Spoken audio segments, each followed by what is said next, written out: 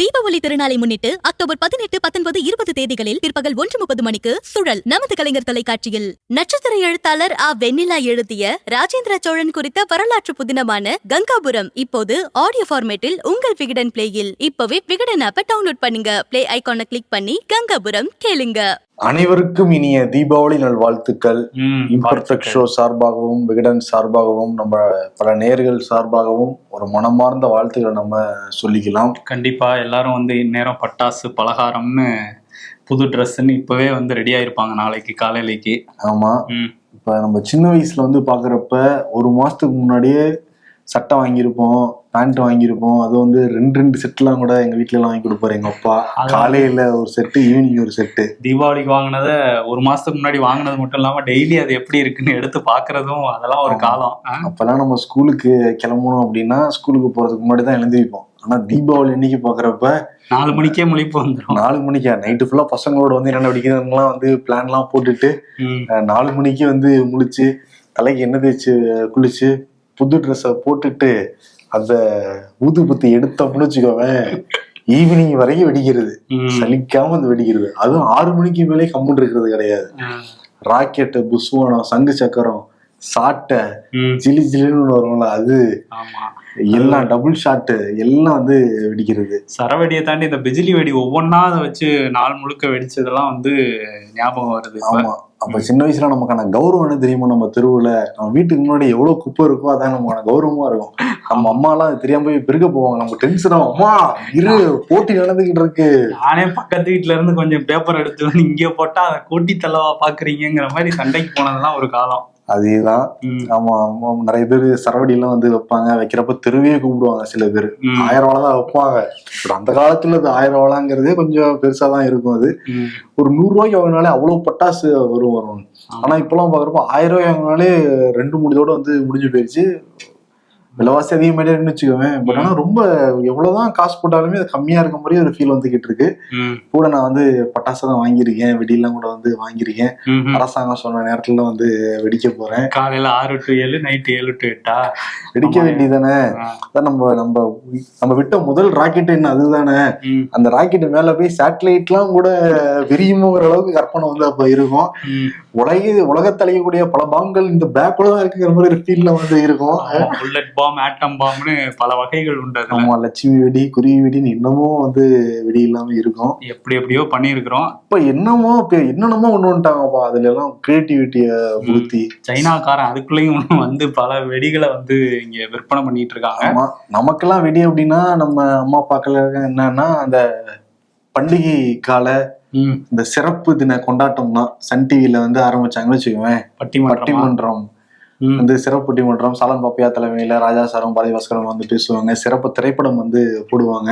அதையும் நம்ம பாத்துக்கிட்டு இருப்போம். ஆனா என்ன, ஏற்கனவே 2 டைம் பார்த்த படம்னா கூட அப்பப்ப கேப் அடிக்கிறப்ப பட்டாசு அடிச்சுட்டு பாத்துக்கிட்டு இருக்கோம். விளம்பரமா போட்டுக்கிட்டு இருப்போம் அன்னைக்குதான். ஏன்னா அப்போ சேட்டலைட் ரைட்ஸ் மட்டும்தான் விற்பாங்க. தீபாவளிக்கு புது படம் போடுவாங்க. முதல் முறையா போடுறதுலாம் இப்ப எல்லாமே ஓடிடில பாத்துறதுனால டிவில போடுறதுலாம் பாக்குறது கம்மியாயிடுச்சு. பொதுவியல்லாம் ஞாபகம் இருக்கு. அன்னைக்கு ஃபுல்லா ஏதோ போட்டி நடத்திக்கிட்டே இருப்பாங்க. ஒரு அக்கா பேசிக்கிட்டே இருப்போம். எங்க வீட்டுல எல்லாம் பல பேர் போன்லாம் பண்ணிக்கிட்டு இருப்பாங்க. அதுக்கும் நான் பண்றேன், நாமெல்லாம் கிடைச்சிருங்க அப்படிங்கிற வரலாம் பேசிக்கிட்டு இருப்பாங்க. ரொம்ப சுவாரஸ்யமா இருந்தது அந்த காலகட்டம். இப்ப பாக்குறப்ப பட்டாசு வாங்கி வச்சிருந்தா கூட வெடிச்சுக்கலாங்கிற மாதிரிதான் இருக்கே தவிர ஓகே, அது கொஞ்சம் சுவாரஸ்யம் கம்மியான மாதிரிதான் ஃபீல் ஆகுது. நமக்கு வயசாயிடுச்சா, இன்னொன்னு சொசைட்டில வேற கட்டுப்பாடெல்லாம் தேவைதான். பல பேர் பாதிக்கப்படுறாங்க. அதனால மாசம் ஏற்படுதுன்னு நம்மளே சொல்றோம். ஆமா, கண்டிப்பா. ஏன்னா மாசடைந்த நகரங்கள் பட்டியல்ல டெல்லி எங்கேயோ போயிட்டு இருக்கு. அங்க செயற்கை மழையெல்லாம் வச்சு அந்த மாசம் கட்டுப்படுத்திட்டு இருக்காங்கும் போது அதையும் நம்ம கவனத்துல எடுத்துக்கணும். ஆமா, அதனாலதான் உச்சநீதிமன்றம் டைம்லாம் கொடுத்துருக்காங்க. ஸோ அந்த டயத்துல வெடிச்சு சேஃபா வெடிச்சு நம்ம கொண்டாடணுங்கிறது. இன்னொரு பக்கம் என்னன்னா, அந்த உற்பத்தி செய்யற நிறுவனங்களையும் பார்க்கணும், தொழிலாளர்களையும் பார்க்கணும். ஏன்னா சிவகாசியில ஏகப்பட்ட தொழிற்சாலைகள்ல பட்டாசு தயாரிச்சுக்கிட்டு இருக்காங்க.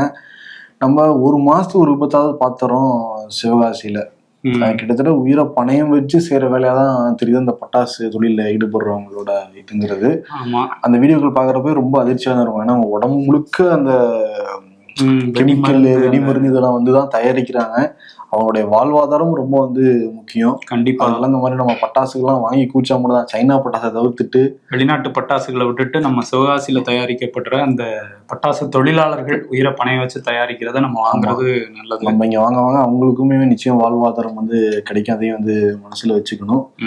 நிச்சயம் மீண்டும் ஒரு முறை வாழ்த்துக்களை சொல்லிக்கலாம். நாளைக்கு எப்ப விடியுங்கிற ஆர்வம் பேசுறப்ப எனக்கு வந்துருச்சு, முன்னாடி இல்ல. ஓகே, குழந்தைகளை எழுதி போட்டுட்டு நாளைக்கு விடிகிற அந்த தீபாவளி எல்லாருக்கும் நல்ல தீபாவளியா வெடியட்டும். அப்புறம் எல்லாருக்கும் நல்லா இருக்கட்டும். திரும்பியும் வாழ்த்த சொல்லிட்டு கேள்விக்குள்ள போயிடுவோம். ஓகே, ஷோக்குள்ள போயிடலாம். Welcome to the imperfect show. வாட்ஸ்அப்புக்கு போட்டியா வந்திருக்கு அரட்டை. இது வாட்ஸ்அப்பை பீட் பண்ணுமா அப்படின்னு கேள்வி கேட்டிருக்காங்க சுபாங்கிற நேயர். ஏன்னா வாட்ஸ்அப் இன்றி இயங்காது உலகங்கிற மாதிரி தான் இப்போ இருக்கு. எல்லாருக்கும் வாட்ஸ்அப்பில் தான் வந்து அன்னைக்கு அத்தனை நாள் விடியுது, அன்னைக்கு அத்தனை நாள் வந்து முடியுது. தனிப்பட்ட முறையிலையும் சரி, இல்லை குரூப்பாகவும் சரி பேச முடியுது. ஃபோட்டோஸ், வீடியோஸ், ஆடியோஸ்ன்னு என்னென்னவோ அதில் வந்து பண்ண முடியுது. கடந்த ஒரு 5-6 வருஷமா ஃபுல்லாக ஆக்கிரமிச்சு இருக்கிறதுங்கிறது இந்த வாட்ஸ்அப் தான். இந்தியாவை பொறுத்த வரைக்கும் ஒரு 50 கோடி மக்கள் இந்த வாட்ஸ்அப்பை வந்து பயன்படுத்துறாங்க, 50 கோடிக்கும் மேல. 2021 அந்த வாட்ஸ்அப்பை இந்த பிரைவேசி தொடர்பாக பிரச்சனை வந்தப்ப ஒவ்வொரு நாடுமே சுதேசியா அவங்களுடைய ஏதாவது ஒரு ஆப்பை கொண்டு வந்துடணுங்கிற மாதிரி வந்து நினைச்சாங்க, சேட்டிங் ஆப் கொண்டு வரணும்னு நினைச்சாங்க. அப்பதான் சோகோ நிறுவனம் அரட்டைங்கிறத ஒன்று ஆரம்பிச்சு வெளியிட்டாங்க. அப்போ ஒரு பெரிய அளவுல அதுக்கு வந்து ஒரு மவுஸ் வந்து கிடைக்கல. இப்போ வந்து சோகோ மெயில் நான் வந்து பயன்படுத்துறேன் அப்படின்னு சொல்லிட்டு அமித்ஷா உள்துறை அமைச்சர் வந்து சொல்லியிருந்தாரு. இப்போ அதுக்கு அடுத்த கட்டமா வந்து சோகோ அரட்டை அப்படிங்கிறதும் அவங்க வந்து அதுவும் பேசு பொருளா மாறி இருக்கு. இப்ப பாக்குறப்ப இந்தியாவில 1 கோடி பேர் அரட்டை வந்து பயன்படுத்த ஆரம்பிச்சுட்டாங்களாம். பிரைவேசி பாதுகாக்கப்படும்னா சோகோ நிறுவனம் வந்து சொல்லியிருக்காங்க. இன்னொன்று வந்து ஸ்ரீதர் மேல ஒரு தனிப்பட்ட மரியாதையும் பல பேருக்கு இருக்கு. குறிப்பா வந்து ரைட் விங் இருக்கவங்களுக்கு வந்து ஓகே, நம்ம ரைட் விங் நம்பரை சப்போர்ட் பண்ணணுங்கிறதாவே பல பேர் அரட்டையை நோட் பண்ணிருக்கிறதா நமக்கு வருது. அவங்க ப்ரொமோட்டும் பண்றாங்க. அமித்ஷா பண்ணும்போதே தெரிஞ்சது. ஆமா, ஏன்னா நம்ம காந்தி காலத்துல இருந்து சொல்லிக்கிட்டு இருக்கோம், அந்நிய பொருட்களை தவிர்ப்போம், நம்ம இந்திய பொருட்களை பயன்படுத்துவோம் சொல்லிட்டு பல பேர் இப்ப இதுக்கு காந்தி எல்லாம் கூட வந்து எடுத்துட்டு வர்றாங்க. என்னது காந்தி எடுத்துட்டு வராங்களா? யார் ரைட் விங்கா? உங்களுக்கு தேவைங்கிறப்ப எடுத்துட்டு தானே வருவாங்க.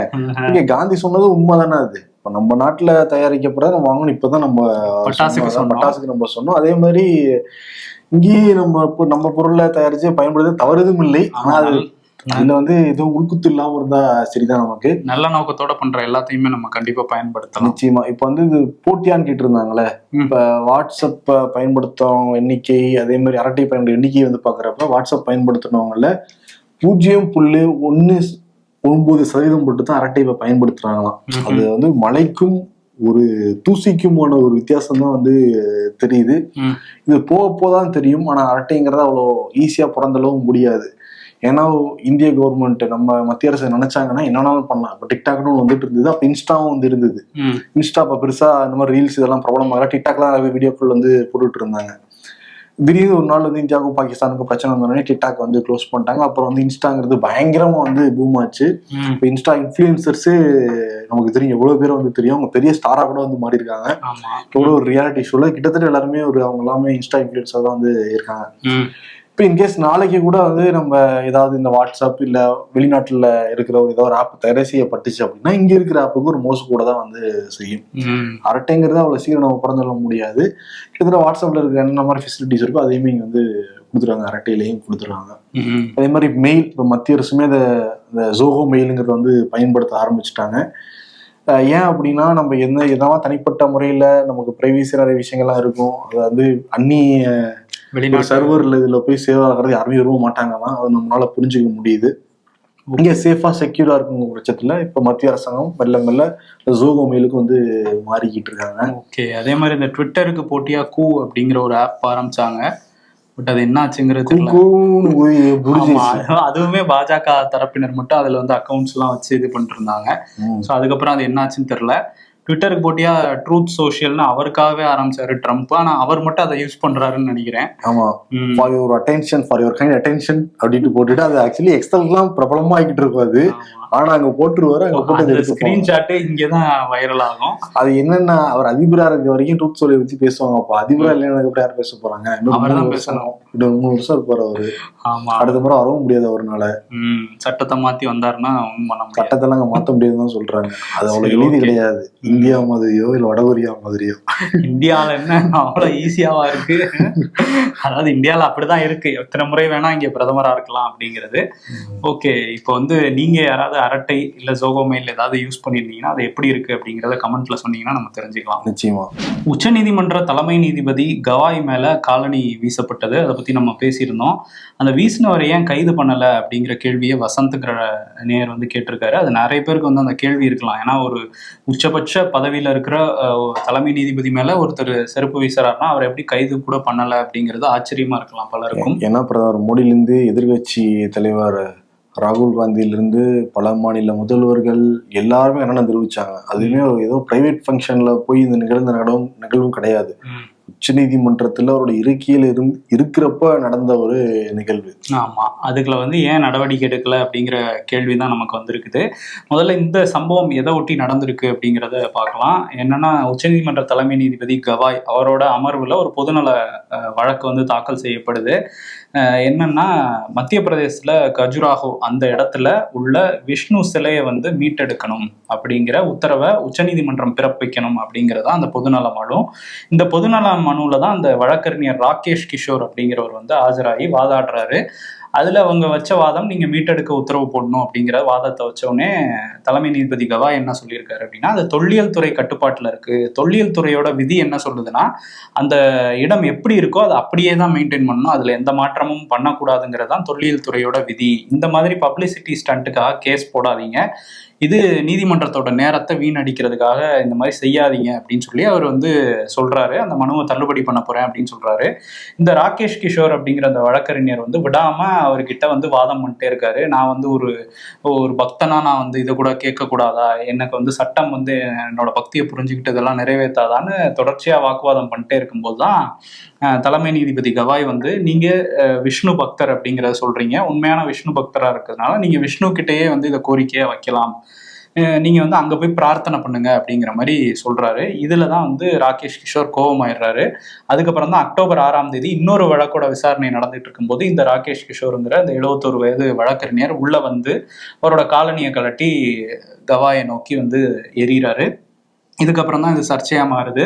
நீங்க சொன்ன மாதிரி பிரதமர் மோடியில இருந்து எதிர்கட்சி தலைவர்கள், முதல்ல இன்னும் சொல்ல போனோம்னா எதிர்கட்சிகள் எல்லாமே கண்டனம் தெரிவிச்சுட்டாங்க. அன்னைக்கு இரவு ரொம்ப லேட்டா தான் வந்து பிரதமர் மோடி, நான் வந்து தலைமை நீதிபதி கிட்ட பேசினேன், அவர் இந்த விதத்தை கையாண்ட விதம் வந்து, அதாவது இந்த ஒட்டுமொத்த விஷயத்தையும் அவர் கையாண்ட விதம் வந்து ரொம்ப அமைதியா கையாண்டாரு, அது சிறப்பானது அப்படின்லாம் சொல்லியிருந்தாரு. பிரதமர் மோடியை பத்தி சொல்றப்ப பிரதமர் மோடி கிட்ட பரமாத்மா என் கூட பேசுவாருன்னு பிரதமர் மோடி தான் வந்து சொன்னாரு. அதுக்கு சம்மந்தம் இல்லை, இருந்தாலும் நான் சொல்றேன். ஆமா, ஞாபகம் வருது இல்ல? ஆமா, டக்குன்னு வருது. மோடி சொன்னேன். இந்த இவருமே கிஷோர் அட்வொகேட் என்ன சொன்னாருன்னா, கடவுள் சொல்லிதான் அதை நான் பண்ணேங்கிறதையும் ஸ்டேட்மெண்ட்டா வந்து கொடுத்தாரு. ஆமா, அதனால மன்னிப்பு கேட்க முடியாது அப்படிங்கிறதையும் வந்து ராகேஷ் கிஷோர் வந்து சொல்லியிருந்தாரு. உச்சநீதிமன்றத்தோட 2வது தலைமை நீதிபதியா ஒரு தலித் சமூகத்துல இருந்து வந்தவர்னா அது கவாய் தான். இது வந்து கவாயை வந்து நீங்க தலித்தா எடுத்துக்க கூடாது, அவர் புத்த மதத்துக்கு மாறிட்டாரு அப்படின்லாம் கூட வந்து ராகேஷ் கிஷோர் வந்து பேட்டியிலலாம் சொல்லிட்டு இருந்தாரு. ஏன்னா இது வந்து சனாதனத்தோட பேரை சொல்லிதான் அங்க வந்து வீசியிருந்தாங்க. சனாதனத்தை யாரு அவமதிச்சாலும் நான் ஏற்றுக்கொள்ள முடியாது அப்படின்னு சொல்லிட்டு தான் அந்த ராகேஷ் கிஷோர் வந்து வீசினாரு. ஸோ சனாதனத்தை வச்சு தலித் மக்களுக்கு எதிராக நடத்தப்பட்ட ஒரு தாக்குதலாகவும் இது வந்து பார்க்கப்படுது. அதனாலதான் வந்து நம்ம இங்க சொல்றோம். இதுல இன்னொரு விஷயம் என்னன்னா, அவர் கவாய் வந்து பதவி ஏற்ற போதுல இருந்தே என்ன பேச்சு இருக்கு அப்படின்னா, எப்படி அதாவது ரைட் விங் ஆட்கள், சில இந்துத்துவ கும்பல் வந்து இன்டர்நெட்ல தொடர்ச்சியா அதை பத்திலாம் எழுதிக்கிட்டே இருந்தாங்க. ஒரு தலித் எப்படி உச்சபட்ச பதவிக்கு போக முடியும், அவர் இத்தனைக்கும் புத்த மதத்துக்கு வேற மாறி இருக்காரு, இவரெல்லாம் வந்து இங்க இருக்கக்கூடாது அப்படின்லாம் பேசிட்டு இருந்தாங்க. அந்த மாதிரி பேசிட்டு இருந்தவங்க நேரம் பார்த்து காத்திருந்து இந்த விஷயத்த வச்சு, அதாவது அந்த வழக்கு, இந்த விஷ்ணு சிலை வழக்கை வச்சு நிறைய அவர் மேல வந்து வெறுப்பை பரப்பிக்கிட்டே இருந்தாங்க தொடர்ச்சியா. அது எல்லாமே வேடிக்கை தான் பார்த்துக்கிட்டு இருந்தாங்க மத்திய அரசு. அவங்க மேலாம் எந்த பெரிய நடவடிக்கை நடவடிக்கையும் எடுக்கப்படல. இந்த செருப்பு வீச்சு சம்பவத்திலையும் என்ன பண்ணாங்கன்னா, ராகேஷ் கிஷோரை டெல்லி போலீஸ் கூட்டிட்டு போய் விசாரிச்சாங்க. விசாரிச்சுட்டு 3 மணி நேரத்துல வீட்டுக்கு அனுப்பிச்சிட்டு இதுதான் காரணம், இந்த வழக்குனாலதான் அவர் கோவமாயி செருப்பு வீசினாருங்கிறத மட்டும்தான் விளக்கமா கொடுத்தாங்க.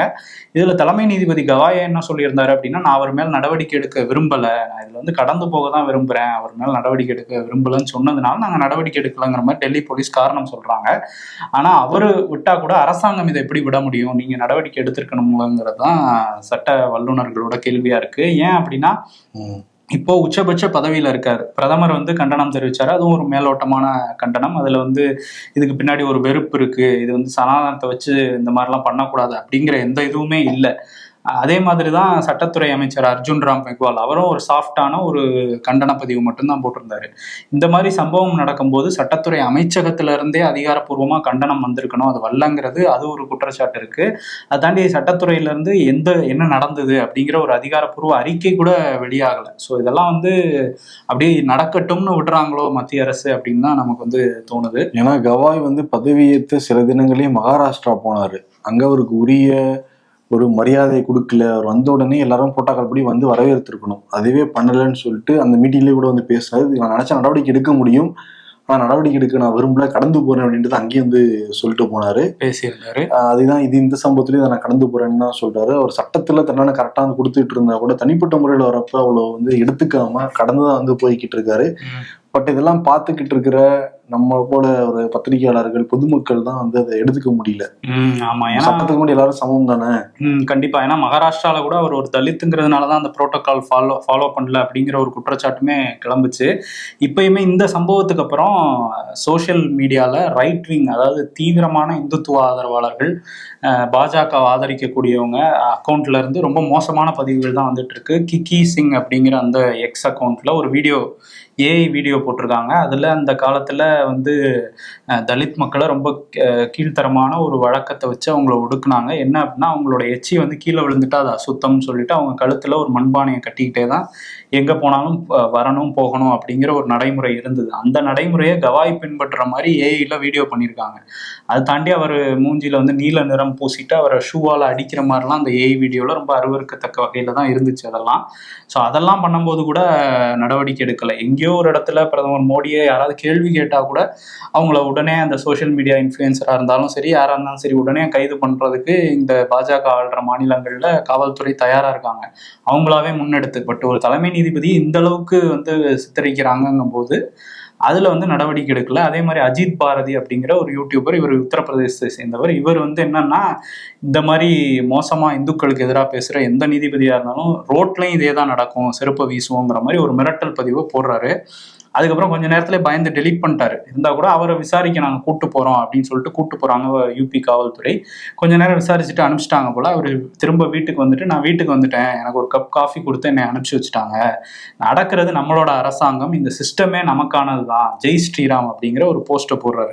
ஸோ இந்த அளவுக்கு அவங்களுக்கு இடம் கொடுத்து வச்சிருக்காங்க. எந்த நடவடிக்கையுமே அவர் மேலேயும் எடுக்கப்படும். அவர் மட்டுமா, கர்நாடகாவுடைய பாஜக மாநில தலைவர், அது வந்து இந்த ராகேஷ் கிஷோர்ன்றது ஒரு ஃபேக் ஐடி, அதுல போய் பாராட்டு தெரிவிச்சுக்கிட்டு இருந்தாரு, நீங்க பண்ணது ரொம்ப சூப்பருங்கன்ட்டு. அப்புறம் ஃபேக் ஐடின்னு சொல்லி டெலிட் பண்ணிட்டு வந்து போறாங்க. அவரும் நடவடிக்கை எடுக்கல, விசாரணை கூட கூப்பிடல அவரை. ஆமா, I stand with Rakesh Kishore அப்படின்னு போடுறாங்க. கவாய் வந்து ரிசைன் பண்ணணும் அப்படின்லாம் போடுறாங்க. இன்னும் சொல்ல போனா மோடியே திட்ட ஆரம்பிச்சாங்க. மோடி வந்து இந்தியர்கள்லாம் இந்த சம்பவத்துல கோபமா இருக்காங்க அப்படின்னு சொல்லும் போது அந்த பதிவுக்கு கீழே போய் பார்த்தோம்னா, இந்த மாதிரி ரைட் விங்ல ரொம்ப தீவிரமா இருக்கிற இந்துத்துவ கும்பலை சேர்ந்தவங்க என்ன போட்டிருக்காங்கன்னா, அவர் வந்து பகவான் விஷ்ணுவை பத்தி பேசும்போது நீங்க எதுவுமே சொல்லலை, இப்போ வந்து சொல்றீங்கன்னா என்ன அம்பேத்கரிஸ்டா மாறிட்டீங்களா அப்படின்லாம் கமெண்ட் போட்டிருக்காங்க. பிரதமர் மோடி வந்து முன்ன மாதிரி இல்லைன்னுலாம் வந்து அதுல போய் கமெண்ட்லாம் போடுறாங்க. ஸோ அந்த அளவுக்கு தீவிரமா போய்கிட்டு இருக்கும்போது அந்த சோசியல் மீடியால இருக்கிறவங்க மேலேயும் நடவடிக்கை எடுக்கல, ராகேஷ் கிஷோர் மேலேயும் நடவடிக்கை எடுக்கலன்னா மறைமுகமா இல்லை, நேரடியாவே மத்திய அரசு இது பண்ணட்டும் அப்படின்னு விடுறாங்க போலதான் நமக்கு தோணுது. இப்போ கடுமையான எதிர்ப்பு வந்தோன்னா அட்டார்னி ஜெனரல் ராகேஷ் கிஷோர் மேலே கண்டெம்ட் ஆஃப் கோர்ட் நடவடிக்கை எடுக்கலாம் அப்படின்னு சொல்லி அரசு தரப்புல இருந்து அனுமதி கொடுத்துருக்காரு. ஆனால் சுப்ரீம் கோர்ட்டே இது தேவையில்லாத பிரச்சனைக்கு வழிவகுக்கும் அப்படின்னு சொல்லி இது வேணாம் அப்படின்னு சொல்லி இப்போ விட்டுருக்காங்களாம். ஆனால் இந்த சோஷியல் மீடியாவில் வெறுப்பை கக்கிறவங்க மேலே நிச்சயம் நடவடிக்கை எடுத்தே ஆகணும், காவல்துறை வழக்கு பதியணும். பொதுவான ஒரு மனிதர் வந்து தனக்கு கீழே இருக்கவங்ககிட்ட விஷத்தையே விதைக்கிறாருன்னு வச்சுக்குவேன், ஒரு கட்டத்துல அந்த விஷம் ஒரு மேலேயே பாயதானே செய்யும். பொதுவா சொல்றோம், உலகம் உங்களுக்கு இருக்கு, நடக்கிறத நம்ம வந்து சொல்றோம். கண்டிப்பா, ஏன்னா இந்த வெறுப்பை பரப்ப விட்டுட்டே இருந்தோம்னா நம்ம நாட்டுக்கே அது கண்டிப்பா ஆபத்தா தான் வரும். நம்ம ஒற்றுமைக்கு, நம்ம நாட்டோட வளர்ச்சிக்கு எல்லாத்துக்கும் பிரச்சனையா தான் வரும். இதெல்லாம் மனசுல வச்சுக்கிட்டு நடவடிக்கை எடுக்கணும். பட் வேடிக்கை பார்த்தா அது பிரச்சனையா தான் மாறும்.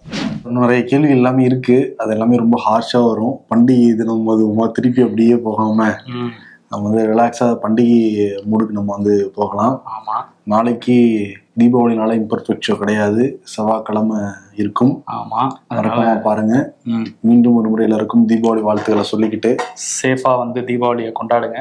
திரும்ப செவ்வாய்க்கிழமை சந்திப்போம். நன்றி. தீபாவளி திருநாளை முன்னிட்டு அக்டோபர் 18, 19, 20 தேதிகளில் பிற்பகல் 1:30 மணிக்கு கதிர், ஐஸ்வர்யா ராஜேஷ் மற்றும் பலர் நடித்த கிரைம் த்ரில்லர் சீரிஸ் சுழல் நமது கலைஞர் தொலைக்காட்சியில் காண தவறாதீர்கள். நட்சத்திர எழுத்தாளர் ஆ வெண்ணிலா எழுதிய ராஜேந்திர சோழன் குறித்த வரலாற்று புதினமான கங்காபுரம் இப்போது ஆடியோ ஃபார்மேட்டில் உங்கள் விகடன் பிளேயில். இப்பவே விகடன் ஆப்பை டவுன்லோட் பண்ணுங்க. பிளே ஐகானை கிளிக் பண்ணி கங்காபுரம் கேளுங்க.